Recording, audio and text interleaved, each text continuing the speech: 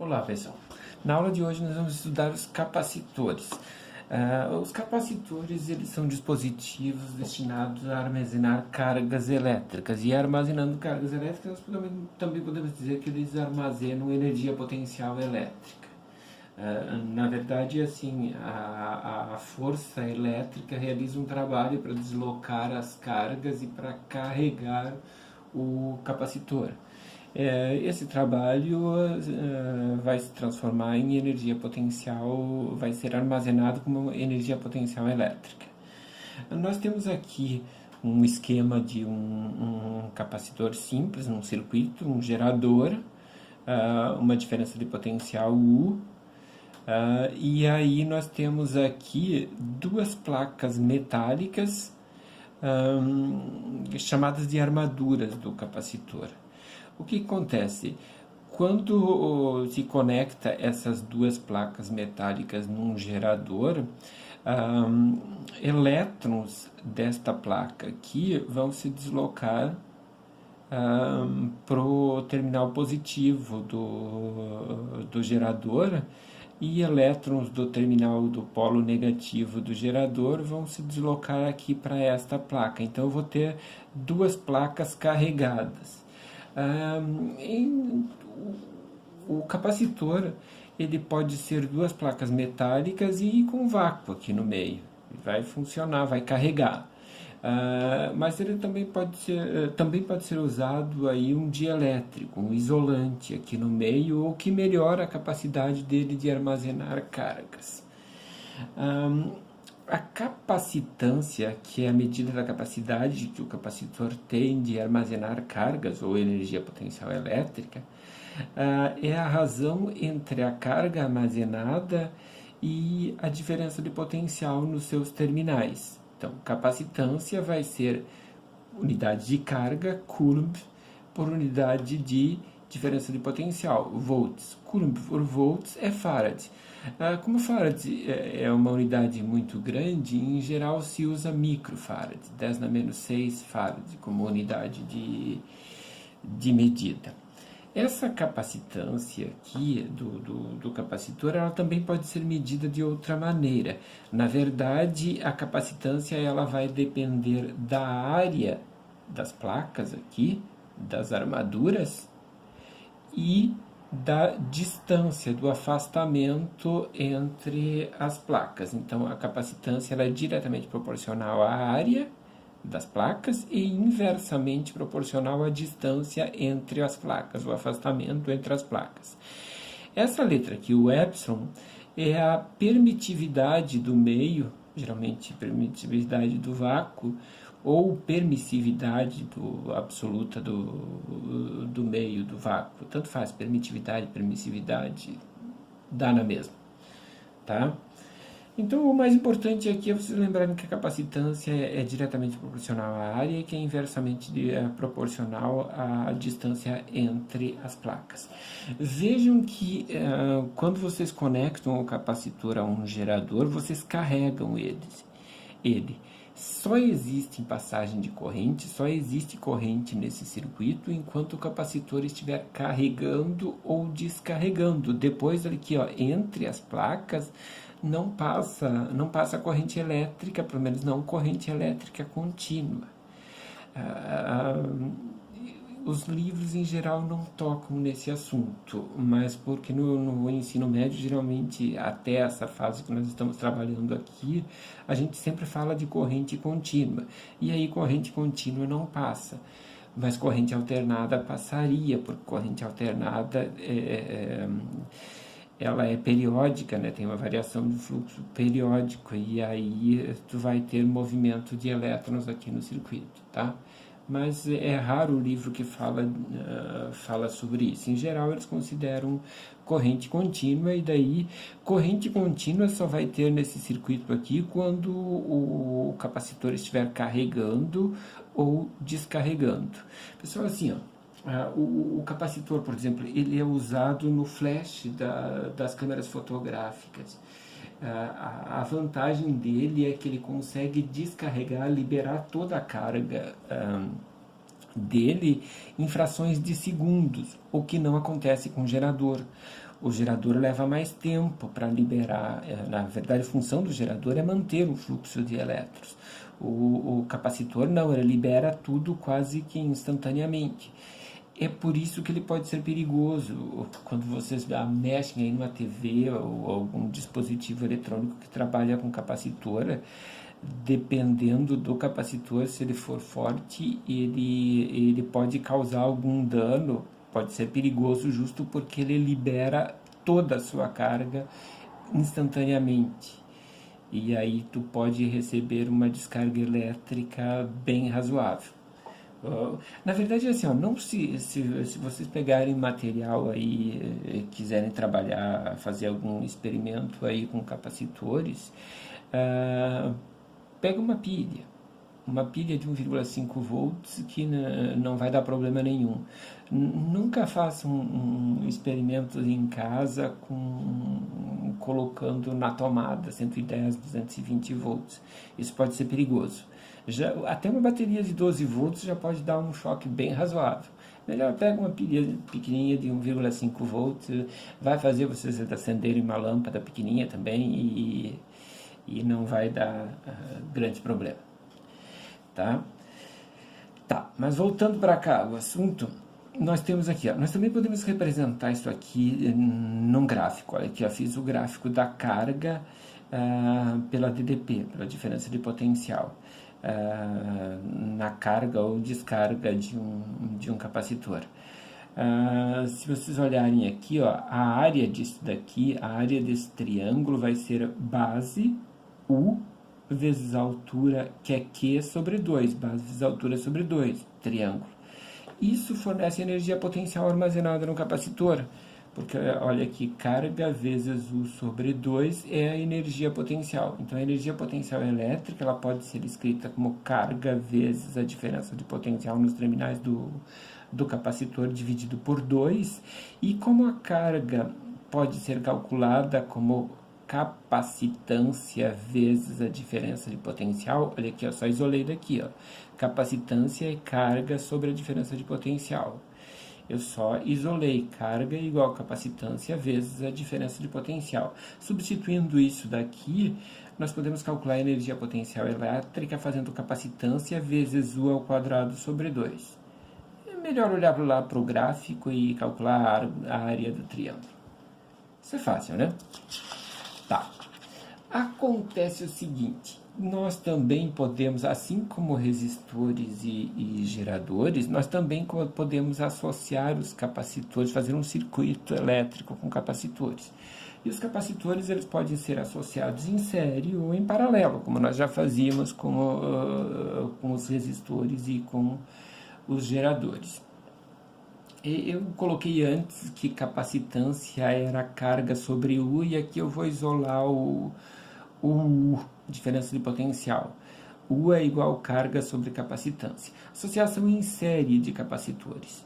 Olha aqui, ó, tenho um gerador aqui, uma diferença de potencial U fornecida para esse circuito, e aqui eu tenho uma associação de capacitores, tenho 3 capacitores, capacitor 1, capacitor 2, capacitor 3. Eles são colocados em série e a voltagem vai ser igual à soma da voltagem nos terminais de cada um dos capacitores. Então, o U vai ser o 1 mais o 2 mais o 3.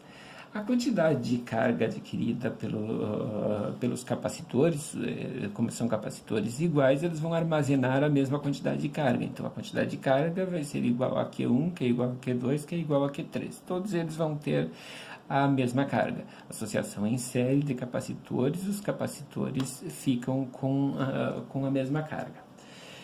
Tá, e aí eu usei isso daqui, ó. Como o U é igual a 1 mais o 2 mais o 3, então olha aqui, ó, Q sobre a capacitância, o capacitor equivalente, é igual a Q1 sobre C1. Como Q1 é igual a Q, então eu coloquei Q sobre C1 mais Q sobre C2 mais Q sobre C3. Olha aqui, ó, eu poderia colocar esses Qs aqui, um Q em evidência, e aí passaria para cá e daria para dividir com esse Q aqui. Já cortei todos, né? mais rápido. Mas o processo matemático seria coloca em evidência o que aqui, daí ele passa para cá dividindo, tá? Só para lembrar desse detalhe matemático. Então, olha aqui, ó, me sobraria o seguinte, ó, 1 sobre capacitor equivalente é igual a 1 sobre C1 mais 1 sobre C2 mais 1 sobre C3. Isso aqui se parece com a fórmula dos resistores, lá não parece? 1 sobre REC é igual a 1 sobre R1 mais 1 sobre R2 mais 1 sobre R3. A diferença é que isso ocorria lá nos resistores quando eles eram associados em paralelo. Aqui está ocorrendo quando eu associo os capacitores em série, tá? E a mesma coisa acontece aqui, ó. Quando eu tenho N capacitores iguais, eu não preciso fazer esse processo todo aqui. Eu posso fazer simplesmente capacitância de um dos capacitores dividido pelo número de capacitores iguais. Isso nós já fazíamos lá para os resistores associados em paralelo. Aqui é em série. Quando são dois capacitores diferentes, produto por soma. É lógico que vocês podem fazer, ao invés de usar essa fórmula geral, se vocês têm 3 capacitores, faz 2 deles assim e daí o resultado faz com o terceiro. Às vezes é mais prático fazer isso. Mas vocês perceberam aqui, ó, que as fórmulas só ficaram invertidas em relação às fórmulas que nós usávamos para os resistores. Esse tipo de fórmula aqui, ó, era para os resistores em paralelo. Agora, olha aqui, ó, quando eu ligo em paralelo capacitores, eu tenho novamente que Q é igual a capacitância vezes a DDP, e aí, nesse caso, a carga armazenada aqui, a carga total armazenada nesse circuito aqui, vai ser igual à soma da carga armazenada no capacitor 1, mais a carga armazenada no capacitor 2, mais a carga armazenada no capacitor 3. Tá? Lá, associação em série eram iguais as cargas. Aqui, nós somamos. Tá?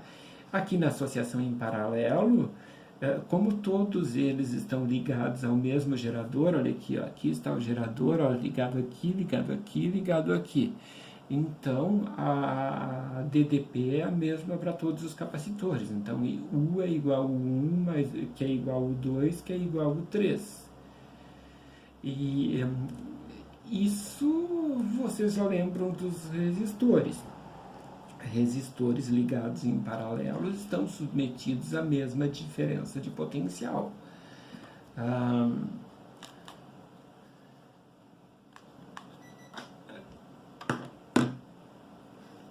Agora voltando aqui, ó, coloquei aqui, ó, como vocês têm que Q é igual a Q1 mais Q2 mais Q3 e Q é C vezes U, então olha aqui, ó, C equivalente vezes U, C1 vezes U, C2 vezes U e C3 vezes U. Teria que colocar esse U aqui em evidência e ele cortaria com esse U daqui. Já cortei direto. Isso é tranquilo para vocês já, né? Então, olha aqui, ó, a capacitância equivalente para uma associação em paralelo de capacitores vai ser igual a C1 mais C2 mais C3. Lá nos resistores isso acontecia quando nós colocávamos eles em série. Quando nós colocávamos resistores em série, isso somava todas as resistências. Aqui ocorre quando nós temos os capacitores em paralelo, soma todas as capacitâncias. Perceberam que as fórmulas são muito parecidas com as de resistores, só que elas estão invertidas. As fórmulas da associação em série de resistores servem para associação em paralelo de capacitores. E as fórmulas de resistores, de associação de resistores em paralelo são muito parecidas com as fórmulas da associação de capacitores em série. Tá? Acho que é tranquilo isso, né? Vou fazer o primeiro exercício da lista de vocês. Eu tenho aqui um circuito E ele é formado por um gerador, diversos resistores e um capacitor. E ele diz o seguinte, ó, para o circuito esquematizado, determine a carga e a energia potencial elétrica do capacitor aqui, ó. No circuito, o capacitor é representado por dois risquinhos de mesmo tamanho, olha aqui, ó. O gerador são dois risquinhos, um maior que o outro. O potencial positivo, maior potencial, maior risquinho, potencial negativo, menor risquinho, menor potencial. Os capacitores, eles são representados assim, por dois riscos iguais. O que acontece? Vamos supor que eu coloquei aqui, ó, vamos supor que ele já está carregado.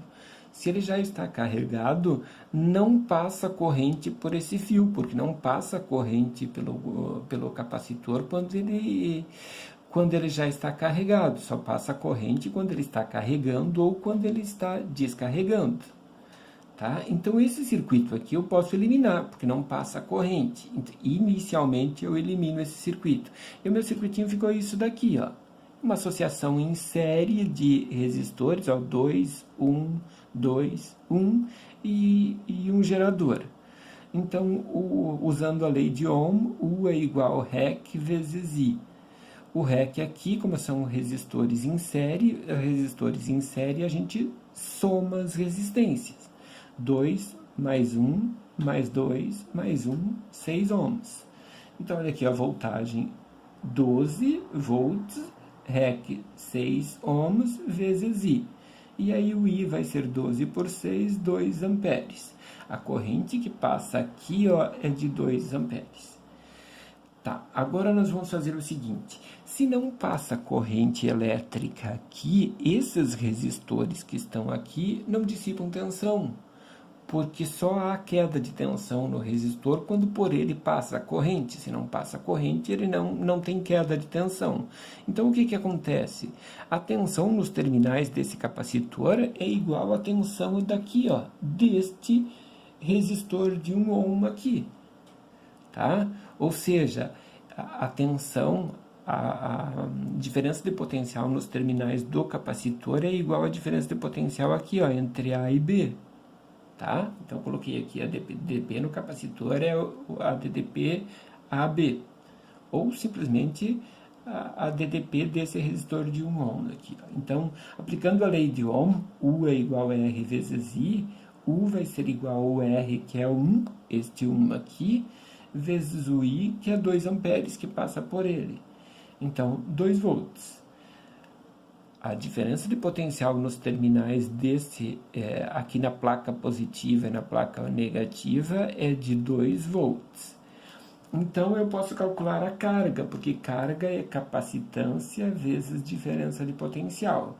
Eu conheço a capacitância, que é o 1 microfarad, 1 vezes 10 na menos 6 farad.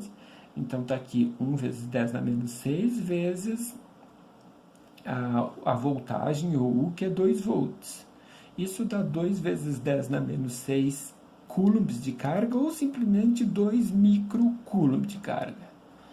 Tá? Calculada a carga, que era uma das perguntas. A outra era calcular a energia potencial elétrica armazenada.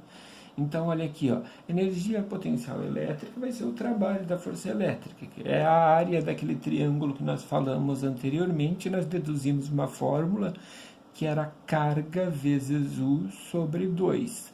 A carga é 2 microcoulomb e o U é 2 volts. Isso dividido por 2, daqui, vai dar 2 microjoules, ou 2 vezes 10 na menos 6 joules. Muito fácil, não é isso? Só tem que se cuidar esse detalhe aqui, ó. Inicialmente, não passa corrente pelo ramo que contém o capacitor.